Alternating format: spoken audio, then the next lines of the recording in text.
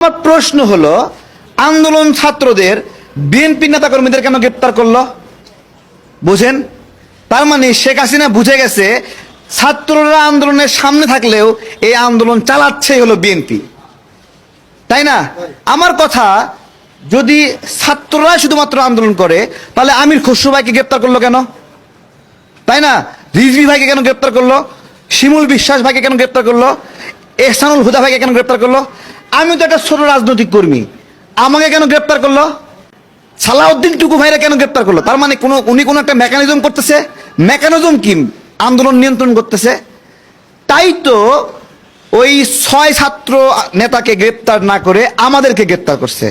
যে আন্দোলন তারা চালাচ্ছে না, আন্দোলন চালাচ্ছে কারা? এই যে এরা যাদেরকে গোয়েন্দা রিপোর্টে পাওয়া গেছে 13টা অঞ্চলে এই আন্দোলন বিভক্ত ছিল। বলতে পারবে কোন কোন কোন কোন অঞ্চল মিলে 13 অঞ্চল? কেউ বলতে পারবে? এটা কি আমার কথা? এইটা আমার কথা? এই 13 অঞ্চলের 13 অঞ্চল আমিও জানতাম না। এটা গোয়েন্দা সংস্থাগুলো জিজ্ঞাসাবাদের সময় আমাকে বলছে, আমাকে জিজ্ঞেস করছে 13টা অঞ্চল কোনটা কোনটা। তখন আমি 7টা 8টা অঞ্চল আমি ইনভলভ ছিলাম। আমি বলতে পারি 7টা 8টা অঞ্চল। আমাকে বারবার মাথাচ্ছে, বল কোন কোন 13 অঞ্চল তোদের আন্দোলনের এরিয়া। বুঝতে পারছেন? তাহলে এই 13 অঞ্চল ভাগ করলো কে? যারা যারা আইনমন্ত্রীর সাথে মিটিং করে বের হয়ে আন্দোলন সমাপ্ত ঘোষণা করলো, হ্যাঁ, তারা যদি তারেক রহমানকে নিয়ে প্রশ্ন করে তাহলে বুঝতে হবে তাদের মধ্যে হাসিনার আত্মা এখনো ভর করে আছে,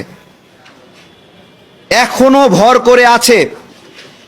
এরা অনেকেই ছাত্রলীগের নেতা ছিল, কর্মী ছিল। রাতারাতি ছাত্রলীগের আত্মা ভিতর থেকে বের হয়ে গেছে, নাকি ওই আত্মা অবস্থান করার কারণে তারেক রহমানকে অসম্মান করার জন্য তাদের খায়েশ জাগে? বলেন, তাই নয়? একটা প্রশ্ন করছি আজকে। প্রশ্নটা হলো যে 16 তারিখের পরে অনেক ছাত্র সমন্বয়ক এমনভাবে গা ঢাকা দিছে, একবারে ফেসবুক আইডি খুলছে 3 তারিখে, এর মাঝখানে কোনো পোস্ট করেনি। আর কিছু কিছু 19 তারিখে বন্ধ করছে, খুলছে একবারে 3 তারিখে। আমার প্রশ্ন, যদি প্রথমত যখন ছাত্ররা ঘোষণা দিল, ছাত্ররা না মানে কিছু ছাত্রলীগ নেতাকর্মী যারা নেতা ছিল এই আন্দোলনের, তারা ঘোষণা দিল, সবাই না, তারা ঘোষণা দিল আমরা, সরকার আমাদের দাবি মেনে নিছে, আদালত থেকে রায় দিছে, আন্দোলন আর দরকার নাই। তারা যখন এই কথাটা বলল তখন তো আন্দোলন বন্ধ হয়ে গেছে নাকি? ঢাকা বিশ্ববিদ্যালয়ে আন্দোলন বন্ধ হয়েছে কিনা? জাহাঙ্গীরনগরে আন্দোলন বন্ধ হয়েছে কিনা? রাজশাহী বিশ্ববিদ্যালয়ে বন্ধ হয়েছে কিনা? শাহজালাল বিজ্ঞান প্রযুক্তি বিশ্ববিদ্যালয়ে বন্ধ হয়েছে কিনা? চট্টগ্রাম বিশ্ববিদ্যালয়ে আন্দোলন বন্ধ হয়েছে কিনা? এই বন্ধ হওয়া আন্দোলন চালু করলো কে? বলেন, কে চালু করলো? কে চালু করলো? তার প্রশ্নের উত্তর ওখানে রয়েছে যে কাদেরকে সরকার টার্গেট করে করে গ্রেপ্তার করছিল, তারাই ছিল এই আন্দোলনের পরবর্তী স্তরের কলকাঠি নাড়া ব্যক্তি। প্রথম স্তরে কোটার আন্দোলন হয়েছে, দ্বিতীয় স্তরে লাঠি হাতে নিয়ে বলছি কোটা নয়, দেশের মালিকানা বুঝে নিতে এসেছি। ঘোষণা দেওয়ার কেউ ছিল না, লন্ডন থেকে বলতেছে ঘোষণা দিয়ে দাও, দিয়ে দাও। শেখ হাসিনা বসলে লাশের সঙ্গে বসবে। আমার প্রথম বক্তব্য যে আমরা কোনো আটক হওয়া ছাত্র নেতার বক্তব্যে আন্দোলন বন্ধ করব না। আমরা বলছি আন্দোলন এখন জনগণের মতামতে চলবে, জনগণের কর্তৃত্ব চলবে। কোনো আটক হওয়া নেতার কথায় আন্দোলন বন্ধ হবে না। যদি আলোচনা হয় হাসিনার, লাশের সঙ্গে হতে হবে।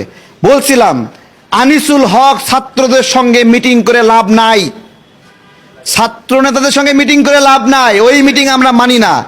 মিটিং করলে করতে হবে আবু সাইদের সঙ্গে, যারা রাজনৈতিক অবদান নিয়ে নোংরামি করছেন, রাজনৈতিক অবদানকে বলছেন গত 15 বছরে ছিড়ছ। গত 15 বছরের যে মানুষগুলো মারা গেল, ওরা কি ছিড়ছে না? ওদের জীবনের দাম নাই, তাই না? কি দাম নাই তাদের জীবনের? এক একটা অ্যাক্টিভিস্ট 15 বছর ধরে লড়াই করে করে বয়ান রেডি করছে, জনগণকে প্রস্তুত করছে মানসিকভাবে। মানসিকভাবে প্রস্তুত হয়েছে জনগণ, তারপরে না মানুষ নামছে।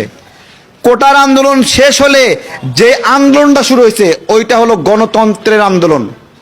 ওইটা হলো মানুষের ভোটের জন্য যে ক্ষুধা, ভোট দিতে পারে না সেই জন্য আন্দোলন। ওইটা যে ন্যায় বিচার বঞ্চিত মানুষ তার জন্য আন্দোলন। সুতরাং সেই আন্দোলনের যারা অংশ তাদেরকে অসম্মান করলে হবে না। এই আন্দোলনে সবাই মিলে বুক পাইতে দিলাম, সবাই মিলে মরল। প্রথম শহীদ ছাত্র শিবিরের নেতা, দ্বিতীয় শহীদ ছাত্র দলের নেতা, চতুর্থ শহীদ ছাত্র দলের নেতা, এভাবে 200 ছাত্র দল, যুব দল, লোক, বিএনপির লোকেরা মারা গেল, কয়েক হাজার আহত হলো। সব এখন ভাষায় দিতে চায়, সব ভাষায় দিতে চায়। আমি বলি তাহলে একটা কাজ করেন, এই বাংলাদেশ থেকে বিএনপি নামের দলটা পুরোপুরি বন্ধ হয়ে যাক, শিবির নামের সংগঠন বন্ধ হয়ে যাক, সবাই নিষ্ক্রিয় হয়ে যাক। ধরেন তারা কখনো ছিলই না। হাসিনা বাংলাদেশের কর্তৃত্ব নিতে কয় মিনিট লাগবে বলেন? কয় মিনিট লাগবে? কয় মিনিটের উত্তেজনা ধরে রাখতে পারবে এই সমন্বয়ক নামের কয়েকজন ছাত্রলীগ নেতা? আমি গতকাল ফেসদেবী বলে বলছিলাম, আসিফ নাইদ না থাকলে আন্দোলন বিক্রি হয়ে যেত। আমি এখনো বলতেছি, আসিফ নাইদ না থাকলে আন্দোলন বিক্রি হয়ে যেত। আমার মতো আপনারাও দুশ্চিন্তায় ছিলেন যে এটা কি, এই সার্জিস কি বলে, এগুলা রে আব্দুল্লাহ এগুলো কি বলে, এটা তো সরকারের পক্ষে কথা বলতেছে। আজকে দেশ সফল হয়েছে, তাদের অবদান আছে, আমাদের অবদান নাই, কেন ভাগ করে ফেলা হচ্ছে? এই ভাগ আপনারা মানে যেভাবে বলতেছে, বিএনপির কেউ একজন কথা বললেই, রাজনৈতিক নেতা কর্মীরা কথা বললেই খালি কমেন্টে আসে বলে 15 বছর শীর্ষ। এই কমেন্টগুলো কারা বলে জানেন? হ্যাঁ, হাসিনার পলানোর পরে হাসিনার জন্য যে সকল নেতাকর্মীরা, আওয়ামী লীগের নেতাকর্মীরা শীর্ষে, অনেক শীর্ষে না, তারা না পাইরা কমেন্টে এসে এখন ওই একই সুরে বলা, তো বলতে পারে না জয় বাংলা, এখন বলে 15 বছরে কি শীর্ষ। এই কমেন্ট দেখলেই বলবেন যে এরা হলো আওয়ামী লীগের এজেন্ট। এগুলো দেখলেই বলবেন, ঠিক আছে, বলবেন।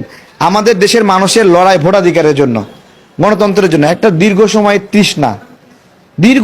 তৃষ্ণা, সেই তৃষ্ণার লড়াই শেষ হয় নাই। জনগণের প্রতিনিধি ছাড়া সেই সরকার শক্তিশালী হয় না। গার্মেন্টস সেক্টরে সামান্য আন্দোলনে সরকার কেন ভয় পাচ্ছে? কারণ এই সরকারের ওই শক্তিমত্তা নাই যেটা একটা রাজনৈতিক সরকারের শক্তিমত্তা থাকে একটা সেক্টর নিয়ন্ত্রণ করার জন্য। কেন ইন্টারমিডিয়েটের ছাত্ররা কয়েকটা মানে হলো ছাত্র আইসা সরকারকে বাধ্য করলো ইন্টারের পরীক্ষা বাতিল করতে? বলেন কেন বাতিল করলো? কারণ দুর্বল সরকার।